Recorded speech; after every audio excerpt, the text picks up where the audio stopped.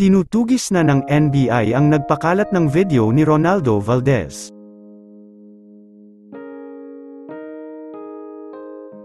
Sa naturang video, dala-dala ang aktor habang binababa sa taas ng kanyang kwarto. Umani agad ito ng samot-saring reaksyon sa ibinahagi na official statement ng kanyang manager na si Jameles Santos. Sinabi nito na bakit pang kailangan na ibahagi ang video ng pagkuha ng kanyang mga labi sa yumaong aktor. Binababoy raw ang pagkamatay ng yumaong legacy actor. Aniya ng kanyang manager, "Mga blank ina niyong bumastos sa legacy ni Ronaldo Valdez. Mga hayop kayo. Magtutuos tayo pagkatapos ko magluksa. Why people can be so cruel. I can't believe it." Para makascoop kayo. Para mag-trending kayo. How can you be so low? Mga walang respeto.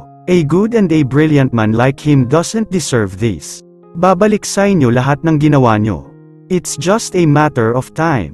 Galit na galit nga nitong sinabi na pinapahanap na sa NBI ang nagkalat ng video ni Ronaldo Valdez sa pagbaba ng kanyang mga labi sa kanyang kwarto. Say ng netizens, for sure ang mga pulis lang raw ang nagkalat ng video dahil sila lang naman raw ang unang rumisponde sa pagkamatay ni Ronaldo Valdez. Anya ng netizens, "Pulis yan for sure. Sila lang naman allowed sa scene. Walang respeto, dapat dyan mahuli at makulong ang kumuha at nagpakalat ng video." Sa mga nakakita, "Be responsible to report and respectful not to share." Yung mga pulis yan at mga unang rumisponde. Nagawa pa talaga mag-video at pinakalat pa. Napakawalang hiya. Patay na binababoy pa ang legacy ni Sir Ronaldo. Rest in peace Sir Ronaldo Valdez. Kapamilya teleseries will never be the same without you. Bagamat nagpaabot na rin ng pakikiramay si Marian Rivera at Dingdong Dantes sa pamamagitan ng pagdala ng mga bulaklak nito sa yumaong aktor.